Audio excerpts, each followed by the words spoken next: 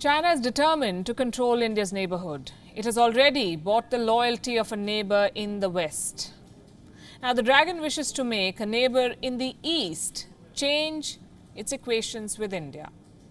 I'm talking about Nepal, a country which is home to the world's highest peak, Mount Everest. It is called the national pride of Nepal. On the 2nd of May, the Chinese state media, CGTN, claimed that this national pride was Chinese. It gave this Nepalese national pride a Chinese name, Mount Como Langma. And it claimed that this mountain was located in Chinese territory. It's preposterous, but the government of Nepal did not even object. We did. Guess what what Nepal is objecting to in the meantime? Minor border disputes with India. It's as if the government of Nepal is spoiling for a fight. I'm sure most of you know what I'm talking about. Nepal has approved a new political map, a map showing disputed land as Nepalese territory. And we have been reporting on this for more than a week now. Tonight, let's give you a clearer picture and settle this debate once and for all. Up to 335 kilometers of land area has been included as Nepalese territory in this new political map. This includes 3 places in particular: Limpi Adura, Lipu Lake and Kalapani. A map on your screen shows the exact location of these 3 territories. The valley of Kalapani, along with the Lipu Lake Pass at the top, forms the Indian route to the Kailash Mansarovar. It's an ancient pilgrimage site. It is joined by the Limpi Adura Pass 5 miles to the southwest.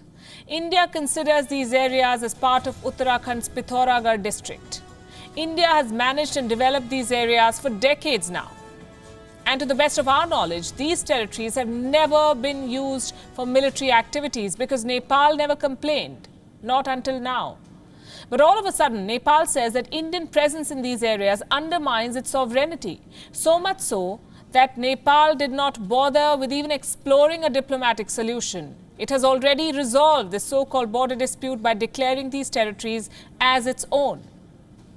The Nepal Communist Party has tabled a special resolution in the parliament, a resolution aimed at seeking control of these territories. The Prime Minister of Nepal has given his consent. Mr. KP Oli says that Nepal is only claiming its own land.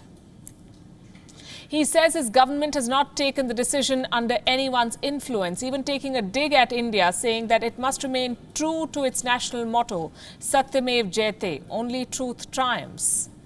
Not everyone is on board, though. Senior members of Nepal's ruling party want the government to hold its horses. Ganesh Shah, for instance, he is a member of the Standing Committee of the Nepal Communist Party. Mr. Shah says that this new map will escalate unnecessary tension between Nepal and India when both countries are fighting the coronavirus. He says that the Nepal government should start a dialogue with India to resolve the matter through diplomatic moves. Sound advice, we say.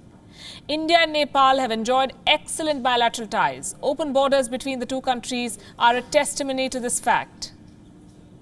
Nepal must not lose a time-tested friend in trying to please the dragon, which is known for laying death traps. Dialogue is the need of the hour.